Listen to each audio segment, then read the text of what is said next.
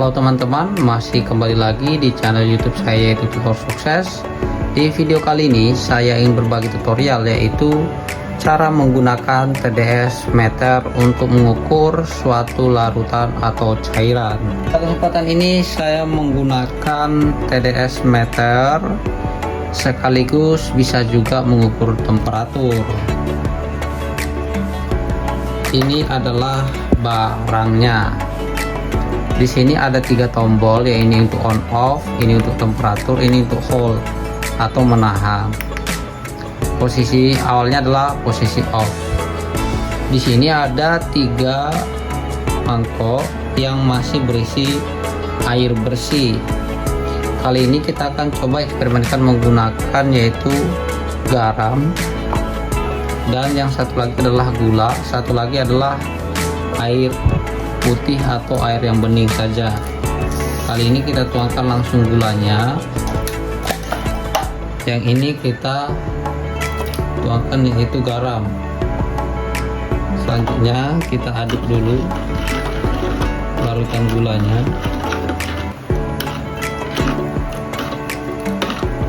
Yang kedua adalah kita larutkan juga garamnya.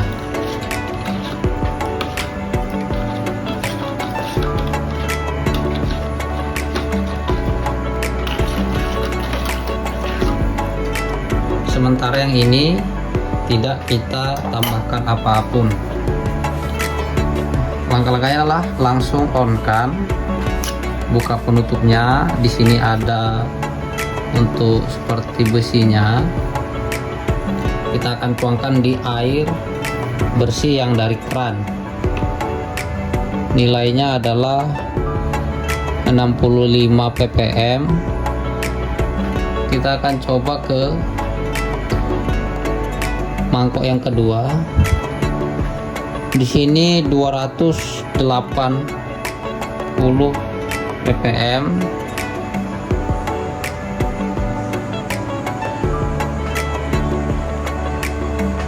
Ini 0 lagi.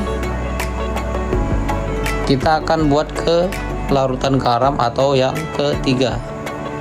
Ternyata larutan garam nilainya adalah 860 di sini.